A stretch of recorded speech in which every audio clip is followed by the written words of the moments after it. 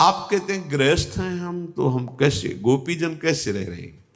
कोई वेश परिवर्तन, कोई क्रिया परिवर्तन नहीं, हर समय चिंतन श्री कृष्ण का। अगर हम वेश भी बना लिया, चिंतन विषय का हो रहा है, तो क्या भगवत प्राप्ति हो जाएगी? क्या दुर्गति नहीं हो जाएगी? पक्का दुर्गति हो जाएगी। हरे शिष्य धन शोकन हरे, सो गुरु घोर नरक मा परे। औरों की तो बात जाने दो, उन गुरु पद पर बैठे हुए जनों के लिए वो स्वामी जी कहे, अंध बधिर कर लेखा, गुरु शिष्य अंध बधिर कर लेखा, एक न सुनई एक नहीं देख। शिष्य सुन नहीं रहा गुरु की, गुरु देख नहीं रहा कि शिष्य क्या कर रहा है। बोले फिर दोनों की गति बिगड़ जाती है। ऐसा नहीं कि आप वेश धारण किए, आपका चिंतन गलत है तो आपको भगवत प्राप्ति हो जाएगी। आप गृहस्थ वेश में हो, आपका चिंतन भगवदाकार है तो आप जगत पावन करने वाले महात्मा हैं। चिंतन, गोपीजन सब कार्य करते हुए चिंतन। कभी कभी ऐसी तन्मयता हो जाती थी कि क्रिया का बोध ही नहीं रहता था। क्रिया हो रही स्वाभाविक, दही बेचने जा रहे हैं, ये क्रिया है, उसका बोध ही नहीं कि मैं दही बेचने जा रही। बुला रहे कि कोई दही ले ले, भाव तो क्रिया का ऐसा आना चाहिए, पर वो बोल रही कोई गोविंद ले ले, कोई दामोदर ले। क्यों? मुरारी पादार्पित चित्त वृत्ति। तभी इन परमहंसों की पूज्या गोपीजनों के समान कोई भक्त नहीं कहा गया, कोई प्रेमी नहीं। और ज्ञान परम ज्ञान है गोपीजनों को। गोपी गीत में पढ़ के देखो, नखल गोपिका, कई ऐसे श्लोक हैं जिनमें गोपीजनों को बोध है कि सर्वत्र अंतरात्मा में विराजमान मेरे श्री कृष्ण ही ब्रह्म है। उद्धव, वही प्रीति अनन्य मानी जाती है जिसमें किसी और की शुद्धि न रह जाए। उपदेश कर आए थे, उपदेश देने, सुन रहे उपदेश। उद्धव सोई प्रीति अनन्य, सोई जन्म सफल, जेहि कबहू आवत नहीं सुधि अन्य। यहां दुर्दशा है, अन्य शुद्धि के सिवा और कोई शुद्धि ही नहीं रह गई। अन्य शुद्धि शरीर की याद, शरीर की क्रियाकलाप, शरीर के भोगों की, इसी में फंसा हुआ है। हम अपने को कहते हैं हम अमुक हैं, अमुक हैं। देखो, ईमानदारी जब देखी जाएगी तब वही जैसे मौसम कौन कुटिल खल कामी, अपने आप दैन्यता आ जाएगी। ईमानदारी से देखो, वही अनन्य भक्त है जिसकी हृदय में प्रभु की शुद्धि के सिवा और कोई शुद्धि न रह जाए। जैसे एकादशी स्कंद में का, त्रिभुवन की राज्य लक्ष्मी देने पर भी आधे पल के लिए जो अपने प्रभु का विस्मरण नहीं करता, वही महाभागवत है। अपनी दुर्दशा देखी जाए हृदय में, क्या हम इस कसौटी पर हैं? नहीं। व्यर्थ में जी रहे हो। चलो, गृहस्थ धर्म में भूल हो सकती है, लेकिन विरक्त धर्म में कैसे हो सकती है? क्योंकि हमारा तो एक ही कर्तव्य, भजन। 24 घंटे निरंतर भगवदाकार वृत्ति करने के लिए ही तो हम विरक्त हुए हैं। अगर ये चूक हो रही तो इसे बर्दाश्त मत करो, बहुत बड़ी चूक है। ये ऐसी जगह गिरा देगी जो हमारा सर्वनाश, जुड़ जाएगा हमारे जीवन से, सर्वनाश। बालू का बांध है विरक्त का जीवन, बालू का बांध। अगर कहीं से विच्छेद हो गया तो पूरा पानी निकल जाएगा वहां से, रोक नहीं सकते। ऐसे ही पूरे जीवन की ऊर्जा शक्ति नष्ट हो जाएगी। बहुत सावधान। अन्य चिंतन ही हमारे लिए पाप है, विपत्ति है। कह हनुमंत विपत्ति प्रभु सोई, जब तो सुमिरन भजन। हानि हरिवंश के नाम अंतर परे, लाभ हरि। ये कहां चलता है? फिर आप कभी अपने से प्रश्न करो, तुम कौन हो? तुम्हारा उद्देश्य क्या है? क्या करने आए हो? क्या तुम्हारा अंदर का चिंतन है? क्या लक्ष्य है? भजन विहीन सेकेंड, धिक्कार हमारे जीवन को। सेकेंड मिनट तो बात जाने दो। ये अगर अभी अभ्यास नहीं करोगे तो फिर आप ये ना सोचो कि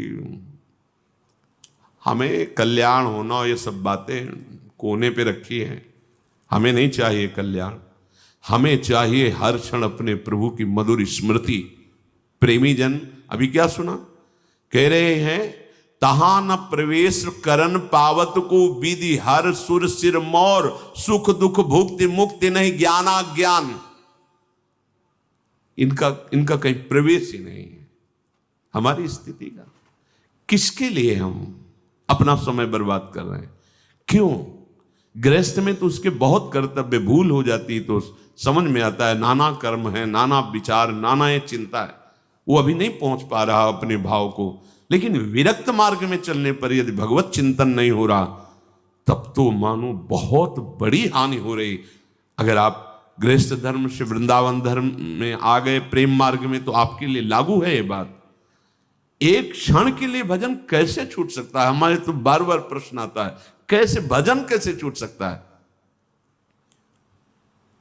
हर समय आप आए किस लिए हो? आपका उद्देश्य क्या है? आप क्या कर रहे हो? क्या करना चाहिए?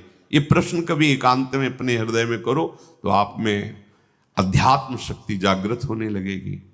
ये प्रमाद, ये ठीक नहीं, ये भजन में अंतर आए ठीक नहीं है, ये बहुत धोखा है, आपके जीवन का धोखा है, आपको जबरदस्ती भोगों में फंसा देगा, अपने आप में अपने आप से नष्ट करवा देगा।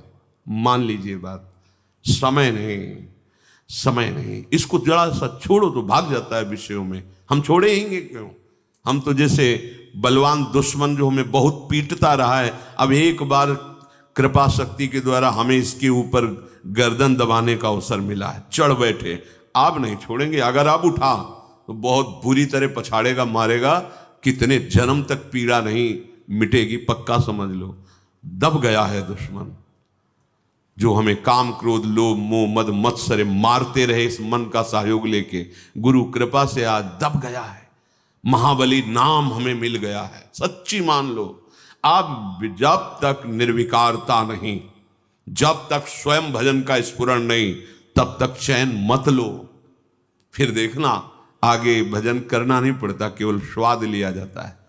चल रहा है, सुन रहे, देख रहे, डूब रहे, समय बर्बाद मत करो। सोई जन्म सफल, जेहि कबहू आवत नहीं सुधि अन्य। वही जीवन सार्थक हो गया, अब अन्य स्मरण ही नहीं रह गया। यहां प्रभु का स्मरण नहीं, अन्य सब स्मरण बना हुआ है। राग द्वेष की धरा में जी रहा है उपासक। नहीं, ये तो संसारी पुरुष का लक्षण। राग द्वेष की धरा नहीं, बहुत सावधान। हमरे प्राणनाथ मनमोहन, हम सो उनकी प्रीति, तुमका जानो या रहस्य को, ये निपट अटपटी रीति। उधो हमारे प्राणों के नाथ, तो तुम क्या जानो, ये प्रेम की अटपटी रीति है, ये बड़ा रहस्य है। इसलिए भोरी सखी कहती है, ना काहू सो बोलिबो, ना कोई व्यवहार, बस अपनी कुंवर किशोरी को जियत निहार निहार।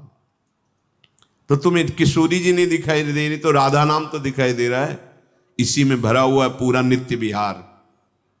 विश्वास कर लो, इसी राधा नाम में पूरा का पूरा वृंदावन का नित्य वैभव और अध्यात्म की सबसे बड़ी ऊंचाई प्रेम, सब कुछ समाया हुआ। मान लीजिए, प्रार्थना मान लीजिए, आप राधा नाम को देखिए, जियत निहार निहार, और जिह्वा से उच्चारण कीजिए। फिर हमें बताना लोक परलोक की सारी चाहें और जिनको तुम जानते भी नहीं हो, वो अध्यात्म शक्तियां आप में जागृत हो जाएंगी।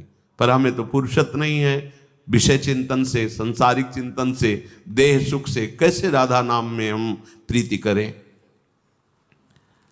हे उद्धव, तुम क्या जानते हो इस रहस्य को? ये प्रेम का मार्ग बड़ा अटपटा है। बिरह बिकल ये देह दूबरी, दीखत गत लावण्य, सुधानंद सागर ही लहरत, विकसित नित तारुण्य। ये तुम बाहर से देख रहे हो कि विरह, विकलता, शरीर कृश हो गया है, चेहरे की लावण्य हट गया है, पर तुम ये नहीं देख पा रहे कि जहां मेरा नित्य तारुण्य बढ़ रहा है। आहा, मेरा नव किशोरी रूप तुम नहीं देख पा रहे हो, जो विकसित हुआ है किससे? प्राणनाथ मनमोहन की प्रीति से, जिसमें निरंतर सुधानंद लहराता रहता है, जिसमें निरंतर मिलन है, वो तुम नहीं देख पा रहे उद्धव। कहा तिहारो जोग ज्ञान सीकर अति तुच्छ नगण्य, कहा तुल सौंदर्य सुधारस बारिद सुमधुर धन्य। उद्धव तुम्हारा ज्ञान हमारे प्रेम समुद्र के आगे एक सीकर है। सीकर कहते हैं एक बूंद लेके ऐसे पटको, उनमें जो कण निकलते हैं उसे सीकर कहते हैं। ये गुरु गोपी हैं। क्या कहे? तुम्हारा जो ज्ञान विज्ञान है वो हमारे प्रेम समुद्र के आगे एक सीकर है। कहां तिहारो जोग ज्ञान सीकर अति तुच्छ नगण्य, कोई हमारे यहां गणना नहीं। ब्रज गोपी कह रहे इसकी कोई गणना नहीं तुम्हारे ज्ञान की। मैं देह नहीं हूं, मैं आत्मा हूं, तुम अपना ज्ञान रखो। ये अतुल सौंदर्य, ये प्रेम सुधारस बारिद समुद्र, ये सुमधुर धन्य कर दिया हमको, धन्य कर दिया। तुम्हारे ज्ञान की अब जरूरत नहीं। निरंतर भगवद स्मृति हमारे मानव जीवन का परम लक्ष्य है। बीत गया जो श्वास, जो समय, वो दोबारा तुम्हारे जीवन में नहीं आएगा। ये इतना तो पश्चाताप होना ही चाहिए उपासक होके कि जो मिनट भगवत विमुखता में गया, धिक्कार है।